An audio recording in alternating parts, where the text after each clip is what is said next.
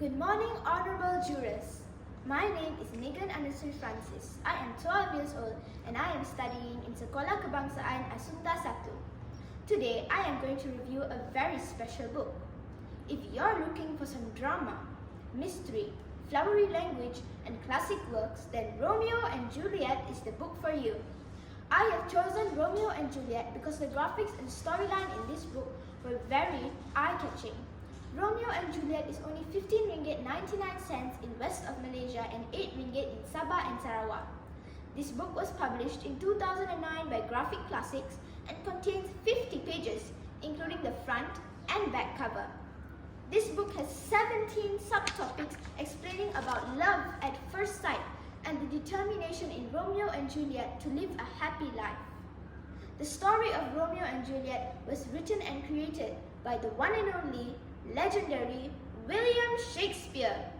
William Shakespeare was born in Stratford-upon-Avon, Warwickshire, England in 1564, possibly on April 23rd, which is St. George's Day. His father was a respected businessman who became mayor of Stratford, though it seems he never learned to write. We know nothing of William's childhood and education except that he did not go to university. In 1582, he married Anne Hathaway. He was only 18. She was 26 and pregnant. Their daughter Susanna was born 6 months later, and in 1585 they had twins, Hamlet and Judith. The main theme of this story is marriage, loyalty, faith, death, and love to each other. This story consists of 13 characters, but the main characters are Romeo and Juliet. The story of Romeo and Juliet is so famous. Is there a person who does not know of their love story?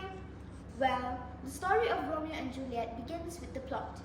Romeo is the son of Montague, who is in love with a girl who does not love him back, Rosalind, while Paris is in love with Juliet and asks her to marry him. She is a Capulet, and her father asks her to wait at least 2 years until she is 14. So he invites Paris to the masquerade ball he traditionally holds every year. Meanwhile, when Capulet's servant is taking around the list of invitations, Romeo and Benvolio encounter him. Benvolio suggests that they attend the ball. Romeo decides to go, but not because of the wish to meet other women, but because his love, Rosalind, will be there as well. However, on the feast, he falls in love with Juliet at first sight and forgets about Rosalind completely. He succeeds to talk with her, and he can see that she also feels the same attraction. So they kiss without knowing they are two families at war. But it's too late, they are already in love. Romeo goes to seek advice from Friar Lawrence, who, when Romeo tells him his story, agrees to marry him with Juliet in secret. He does this because he believes that such a marriage could put an end to the fight between their families. However, tragedy is just around the corner. Just a day after their secret wedding, 2 men from the Montague family encounter Juliet's cousin, and therefore is challenging him to a duel.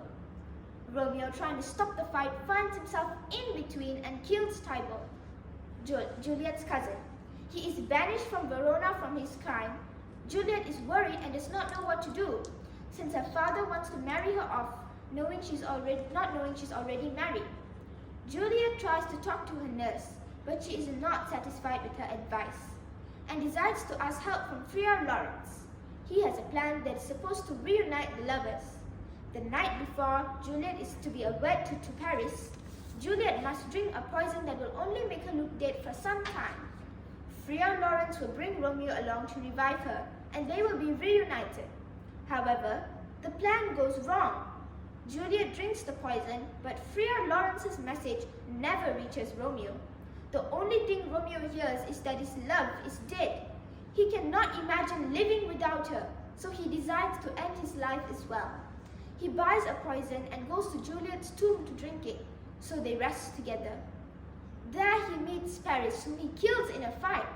He then sits next to Juliet's body and drinks the poison, dying by her side. Juliet awakes. She realizes the tragedy that has occurred and does not see a point in living anymore. She kisses Romeo's lips, hoping the poison left over will kill her too. But when it does not, She stabs herself in the heart and falls dead beside Romeo. The two families arrive at the tomb and are torn apart by the side. Realizing that their rage made their children unhappy, they decide to bury the hatchet and build a new, peaceful Verona. In my opinion, the premise that love leads to suicide and finally to peace is proven, and although you are sad for the characters' destinies, you are happy about the future that looks brighter. The moral of this story is that love is a strong power. It is more powerful than envy, jealousy, comparison, anger, and so on. One last thing before I end my book review, I would like to motivate you to keep on reading and never give up. #reading is endless. Thank you.